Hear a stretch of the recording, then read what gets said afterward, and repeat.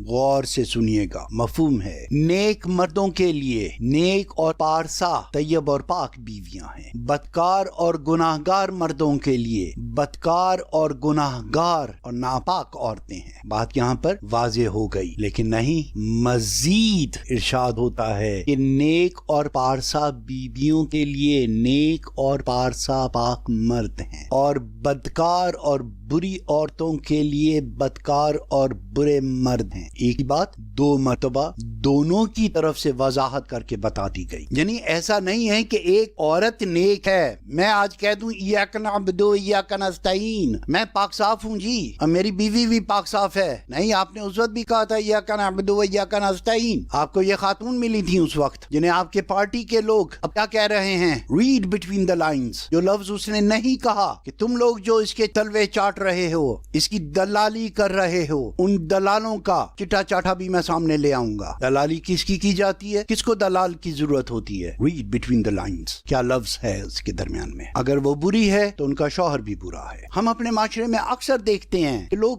مردوں پر جی وہ تو شرابی، جواری اور غلط جگہوں پہ جانے والا، ادھر ادھر منہ مارنے والا مرد ہے، بیوی ماشاءاللہ بڑی نیک ہے، صابر ہے۔ اس بھول میں مت رہیں، مجھے معلوم ہے میں بہت تلخ حقیقت سامنے لا رہا ہوں، لیکن میں جانتا ہوں کہ اللہ کا کلام کبھی غلط نہیں ہو سکتا۔ جب اس نے بنائی ہی نہیں ہے ایک بدکار کے لیے نیک عورت، تو کہاں سے لے آؤ گے؟ فرق صرف اتنا ہے کہ اس کے کرتوتوں سے ہر کوئی واقف ہے، اور خاتون اپنے بیڈ روم میں آج بھی ویب کیم لگا کے بیٹھی ہوئی ہوں گی۔ چیک اٹ آؤٹ، پوسٹ مین ناک ٹوائس، جیسے ابھی میں پچھلے کسی لیکچر میں کہہ چکا کہ پوسٹ مین کو تو معلوم ہوتا ہے کہ کس گھر سے پانی پینا ہے۔ Read between the lines. کہیں کہیں ایسے موقع ہوتے ہیں شادر و نادر جہاں اللہ تبارک تعالیٰ کسی کی توبہ کو قبول فرماتے ہیں اور انہیں تائب کر دیتے ہیں، جیسے کلام اللہ میں بھی ہے کہ ایک نیک، خوبصورت، وفادار، محبت کرنے والی بیوی اللہ کا انعام ہے۔ اب یہاں میں پھر ایک لفظ ادا نہیں کر رہا لیکن کے لیے، لیکن اللہ کا انعام ہے تو وہ یقیناً کسی کو بھی دے سکتا ہے، وہ اس کے لیے مومنین کی شرط نہیں ہے اللہ کے لیے کسی کی ایک ادا پسند آ جائے۔ میں اپنی زندگی میں ایسے ڈاکو سے مل چکا ہوں جس نے اپنے سب لوگوں کو مروانے کے بعد جب اس نے دیکھا کہ کوئی نہیں بچا اور پولیس اس کے پیچھے تھی، چھلانگ ماری اور ایک صحن میں کود گیا، دیکھا تو وہ مسجد کا صحن تھا اور فجر کی جماعت ہو رہی تھی، اس نے گھما کر اپنی بندوق کو بہت زور سے دور کہیں پھینک دیا اور جماعت کو چیر کر اس کے اندر داخل ہو گیا، بقول اس کے کہ اسی وقت جماعت سجدے میں جا رہی تھی اور اس نے کہا کہ میں نے سجدے میں پہنچتے ہی سے سب سے پہلے یہ کہا کہ مالک اگر تو آج مجھے بچا لے تو باقی زندگی تیرے نام کرتا ہوں، اور اس واقعے کے 22 سال کے بعد وہ مجھے ملے تھے، بقول ان کے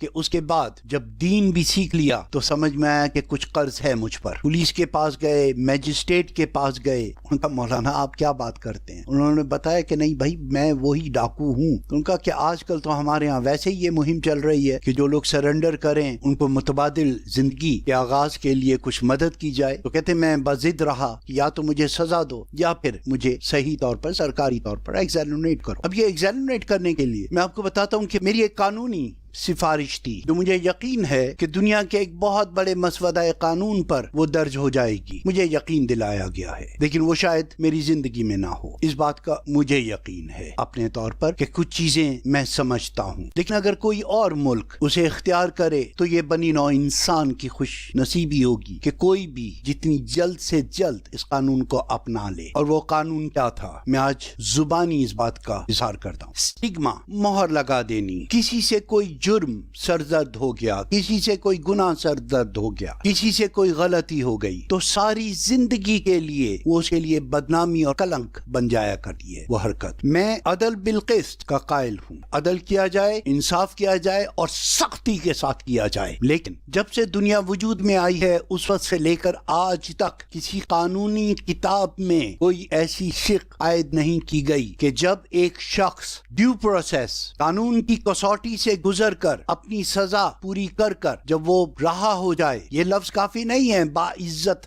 بری کر دیا گیا، نہیں، یا وہ اپنی سزا پوری کر کر جب باہر آتا ہے تو جو ہمارے معاشرے میں کنسپٹ ہے کون اینڈ ایکس کون کا، وہ اس کا پیچھا کرتا ہے، اور ہمارے ہی معاشرے میں نہیں، ہر جگہ کہ آپ ایک دفعہ اگر سزا آپ کو مل جائے، آپ سزا یافتہ ہوں تو آپ کبھی سیاست میں نہیں آ سکتے، کوئی سیاسی منصب نہیں سنبھال سکتے، کوئی الیکشن نہیں لڑ سکتے، سرکاری نوکری میں نہیں آ سکتے۔ سکتے. اور اس قسم کی بہت سی پابندیاں ہیں دنیا میں مختلف ملکوں میں. امریکہ میں تو ٹیکس ایویژن پر بھی یہ پابندی ہے. مشہور زمانہ ایسٹروناٹ لنڈن لاروش، ان کے اوپر ٹیکس ایویژن کے قانون کے تحت مقدمہ چلا، جس کے بعد 84 کے قریب کانگریس مین نے اس سفارشی درخواست پر سائن کر دیے ایک طویل عرصے میں کہ انہیں ایگزالریٹ کیا جائے، لیکن ان کی موت تک ایسا نہیں ہوا. ورنہ وہ اپنے طور پر ایک بہت ہی انقلابی پروگرام رکھتے تھے، نہ صرف امریکہ کے لیے بلکہ پوری دنیا کے لیے، کیونکہ یقیناً امریکن پالیسیز پوری دنیا پر اثر انداز ہوتی ہیں. تو انہیں اس دوران بہت موقع ملا اور باقاعدہ انہوں نے ان چیزوں کو پالیسیز کے طور پر لکھنا بھی شروع کر دیا. شیلر انسٹیٹیوٹ اور لائنز کلب اور بہت سے ایسے ادارے ہیں دنیا میں جو ان کے نظریات سے متاثر ہیں، لیکن انہیں دوسرا موقع نہیں ملا. تو میرا یہ نظریہ کہ ایک مجرم کو ہر حال میں سزا دی جائے، لیکن جب وہ سزا بھگت لے، آپ اس کی سزا کے ساتھ کچھ وقت لگا سکتے ہیں. پروبیشن پیریڈ جسے کہتے ہیں ہم، کہ بھئی اتنے سال کی اسے سزا ہے اور اتنے سال کی لمٹ ہے. اگر اس کے دوران اگر یہ کچھ اور کرے then he fell back. لیکن اگر وہ شخص اتنے پیریڈ کو بھی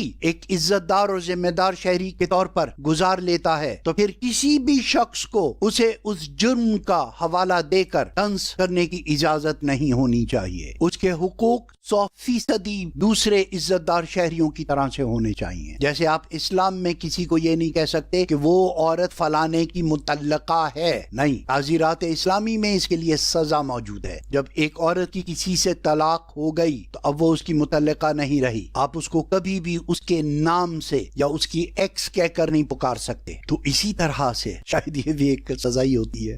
جب بھگت لی سو بھگت لی، اب طلاق ہو گئی، بات ختم ہو گئی. تو جب ایک آدمی نے معاشرے کا قرض واپس ادا کر دیا تو اب وہ مقروض نہیں رہا. لہٰذا اگر کسی نے جرم کیا اور اس جرم کی سزا پوری بھگت لی تو اب اس کی سزا میں ہم ساری زندگی کے لیے اس اسٹگما کو یا اس کلنک کو شامل نہیں رکھ سکتے. لہٰذا مہذب دنیا سے، قانون ساز اداروں سے میری یہ اپیل ہے کہ ایک ایسا قانون بنایا جائے اور اسے سختی سے رائج کیا جائے. ہم انسان ہیں، ہم بشر ہیں، ہم خطا کار ہیں، خطا بین بھی ہیں. ان میں سے جب کوئی توبہ کرے یا اپنے جرم کی سزا بھگت لے، جیسے سیتا وائٹ کے کیس میں عمران خان صاحب نے ادا کر دیا جو جرمانہ تھا ان پر، ختم ہوئی بات. اب کوئی شخص اس کا انہیں طنز کرے یا تانا دے، دیٹ از رانگ. ایک تو میں ویسے ہی بات کرتا ہوں یہ اخلاقیات سے تعلق رکھنے والی چیزیں، لیکن اگر اس میں پیچھے مقدمہ نہ ہوتا تو میں اس کا بھی ذکر نہ کرتا کیونکہ یہ میرے موضوع میں مناسب ہے. تو جن لوگوں نے، اب جیسے ابھی ایک صاحب آئے، انہوں نے جو جرم کیا تھا اپنی جوانی میں، انہوں نے کہا کہ وہ میری جوانی کی بھول تھی، جوانی میں کس سے غلطیاں نہیں ہوتی. بھائی اتنی بڑی غلطیاں نہیں ہوتی، آپ نے بہت بڑے جرم کیے تھے، لیکن آپ اس کی سزا بھگت چکے. دیٹس آل، ختم، فنش، ناؤ از فنش. بہت بڑا جرم تھا، لیکن اس وقت کے قانون کے مطابق جتنا آپ پر ثابت ہوا، جتنا آپ کے ساتھ ہوا، میں اس کنٹروورسی میں نہیں جاتا کہ کس نے کس پر کتنا پریشر ڈالا، نہیں. وہ جو بھی معاملات تھے، جب عدالت سے آپ ایک دفعہ سزا لے کر بھگت کر واپس آ گئے، جتنا بھی جرم ثابت ہوا تھا، جتنا ہوا تھا، آپ اتنے ہی مجرم تھے. اتنی ہونی چاہیے تھی یا اتنی ہونی چاہیے تھی، نو. جب آپ وہ سزا بھگت چکے تو آپ ٹھیک ہیں. وہ شخص میرا کوئی سگا نہیں لگتا یا اس کے اوپر کوئی ایسا جرم نہیں ہے جسے میں کبھی معاف کر سکوں اپنی ذاتی حیثیت میں بھی، لیکن عدالت سے سزا جتنی ہوئی تھی وہ اس نے پوری کاٹ لی. اور جب اس کی سزا پوری ہو گئی تو میں نہیں سمجھتا عمران خان صاحب خود اپنے لیے تو ایاک نعبد و ایاک نستعین کہیں اور اسے پارٹی میں آنے سے روک دیں. ان لوگوں کے کہنے پر جو ان کے ایاک نعبد و ایاک نستعین کی خود نقل بھی کرتے ہیں، ان کے پاس کیا اختیار ہے کہ وہ ان کی توبہ قبول کرتے ہیں کہ he is not anymore what he used to be. لیکن دوسروں کے لیے یہ واقعہ تو عمران خان کی توبہ سے بھی 10 سال پہلے کا ہے یار. اور اگر غور کیا جائے تو ان کی یہ پچھلی غلطی جو تھی یہ ان کے ایاک نعبد و ایاک نستعین کے دوران ہی تھی. یہ تہذیب، تمدن اور اخلاقیات یا مذہبیات کے کرائٹیریا میں انہوں نے ان سے اپنا تعلق پیدا کیا تھا. بہرحال یہ ان کے ذاتی معاملات ہیں، لیکن جب آپ ایک لیڈر ہوتے ہیں، آپ پبلک فگر ہوتے ہیں، لوگوں کی زبان روکنی چاہیے. اور مجھے خود بھی اپنی ذات کے اوپر قابو رکھنے کی ضرورت ہے کہ میں ان باتوں کی طرف نہ جاؤں جہاں یہ ذاتیات سے تعلق ہے. لیکن آپ لیڈر کے طور پر اگر کچھ ڈیسائیڈ کرتے ہیں تب آپ کو تنقید کا ہدف بنایا جا سکتا ہے. اس کے لیے آپ کو خود تیار رہنا چاہیے اور آپ کو معلوم ہوگا. لہٰذا ایک لیڈر کے طور پر آپ کو ایک سخت ترازو اپنے ہاتھ میں رکھنی ہے. جو چیز اپنے لیے پسند کی ہے وہ دوسرے کے لیے بھی کیجیے. جو کرائٹیریا آپ لیے بیٹھے ہیں چیئرمین شپ کے لیے تو وہ ممبر شپ کے لیے بھی وہی ہونا چاہیے. اگر اس سے ہلکا نہیں تو ممبر کے لیے اپنے سے زیادہ سخت قانون بنا رہے ہیں، نہ تو یہ لفظ انصاف میں آتا ہے اور نہ ہی انصاف کی کسی تحریک میں آتا ہے۔ واپس آتے ہیں اپنی اس بات کی طرف کہ یہ سوال اتنی اہمیت کا حامل نہیں ہے۔ ان خاتون کی اپنی زندگی 25% کتاب میں ختم ہو جاتی ہے اور 75% ان کی اس گزشتہ شادی کے بارے میں ہے۔ آپ ان کی پوری عمر ایک طرف رکھیں اور دوسری طرف یہ شادی شدہ اور طلاق کے پیریڈ کو بیچ میں ڈال لیں تو یہ ان کی پوری زندگی کا 75%، ان کی پوری بایوگرافی کا اگر یہ 75% ہے تو وہیں پر بات نلیفائی ہو جاتی ہے کہ بھئی تمہاری حیثیت کیا ہے آٹو بایوگرافی لکھنے کی اگر اس مرد کے ساتھ یا اس بندے کے ساتھ تمہارا نام نہ جوڑا جاتا، کسی نے پیسے دے کے لکھوائی یا آپ نے مفت لکھی، جو بھی ہے۔ بہرحال وما مکر و مکر اللہ واللہ خیر الماکرین، اللہ تبارک تعالیٰ نے آپ سے یہ کتاب بھی ایسی زبان میں لکھوائی ہے جو میرے خیال سے تحریک انصاف میں زیادہ لوگ ہیں جو اسے پڑھ سکیں بنسبت نون لیگ کے، تحریک انصاف کے مخالفین کے۔ تو اس بات کی کوئی اہمیت نہیں ہے، اس کا الیکشن پہ کوئی اثر نہیں پڑنے لگا۔ اور اگر کوئی شخص اپنا ووٹ دینے کے لیے یہ سمجھے کہ یہ کتاب اس پر اثر انداز ہوتی ہے تو مجھے ذاتی طور پہ یہ کہنا پڑے گا کہ بھائی پھر تم اپنا علاج کرواؤ۔ آج بھی ہماری سیاست میں دودھ کا دھلا کوئی نہیں ہے۔ میں کہا کرتا ہوں کہ اگر تمام گناہ جو آج تک کیے ہیں، جو غلطیاں کی ہیں، وہ اگر اللہ تبارک تعالیٰ نے بھول اور یادداشت کے درمیانی حالت میں پیدا نہ کیا ہو کہ کتنے درد، کتنی مصیبتیں، کتنی پریشانیاں، کتنی غلطیاں، کتنے گناہ ہم لوگ بھول جاتے ہیں۔ وہ یاد ماضی عذاب ہے یا رب چھین لے مجھ سے حافظہ میرا۔ تو اگر وہ ہمیں ہماری غلطیوں اور ہمارے ان ماضی کو بھلائے نہ رکھے، اگر یہ ہمارے ایکٹیو میموری میں رہیں تو ہماری ذات میں ہمارے اندر اتنی طاقت نہیں کہ ان کا سامنا کر سکیں۔ اگر آج گناہوں کو سامنے رکھیں ایک پٹارے میں کہ یہ زمین پھٹی کیوں نہیں اور اندر پھنس کیوں نہیں گیا، اگر آج سگی ماں کو پتا چلے کہ زندگی میں کیا کیا غلطیاں اور کیا کیا گناہ کیے ہیں تو شاید وہ دودھ نہ بخشے اور شاید قبر ایکسپٹ نہ کرے۔ ہم تو وہ گناہگار لوگ ہیں، اللہ ہمیں معاف کرے۔ اس مالک نے ہمیں بھول اور یقین کے درمیان میں رکھا ہے، اور یہاں تک وہ کہتا ہے کہ اگر تم توبہ کرو تو جس جگہ پر تم نے گناہ کیا ہے میں اس جگہ کو بھی بھلا دوں گا، تمہارے اس عضو کو بھی بھلا دوں گا،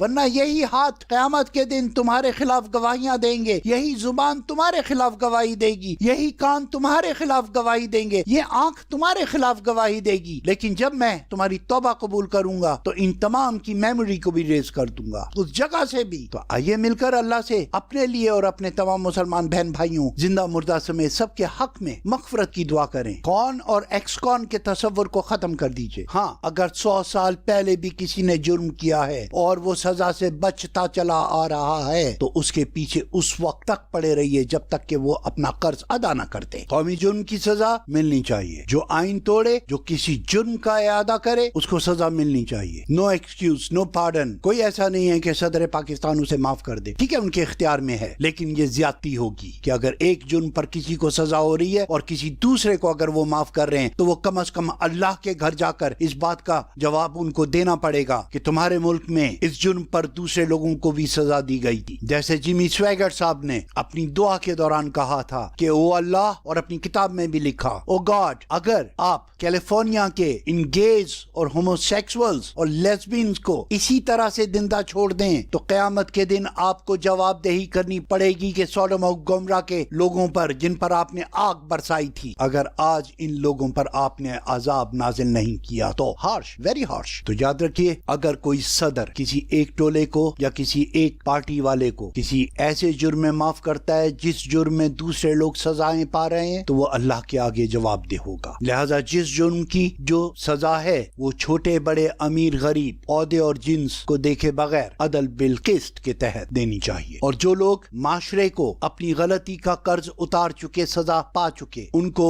اس جرم پر تانا زنی کرنے والوں کو بھی سزا ہونی چاہیے، ایسا یاد دلانے والوں کے لیے بھی سزا ہونی چاہیے، کیونکہ زبان کا زخم تلوار کے زخم سے زیادہ کاری ہوتا ہے۔ کردار کا ایک معیار ہماری قانون میں ایسا ہونا چاہیے، وہ کون ہو یا ایکس کون، ان کی عزت و ناموس کی حفاظت قانون کی ذمہ داری ہونی چاہیے، اور لوگ 100 مرتبہ سوچیں کسی پہ الزام لگانے سے پہلے یا کسی کو کوئی ایسی غلطی، کوئی ایسا قرض یاد دلانے سے پہلے جو اس نے پہلے ادا کر دیا ہو۔ اللہ پاکستان اور پاکستان کے حامیوں کو اپنے حفظ و امان میں رکھے۔ ہم اپنی بات جاری رکھتے ہیں، ٹھیک ہے، تو اس کو آپ علیحدہ کر دیجیے گا۔ تو اب آتے ہیں ہم اپنے دوسرے معاملات کی طرف۔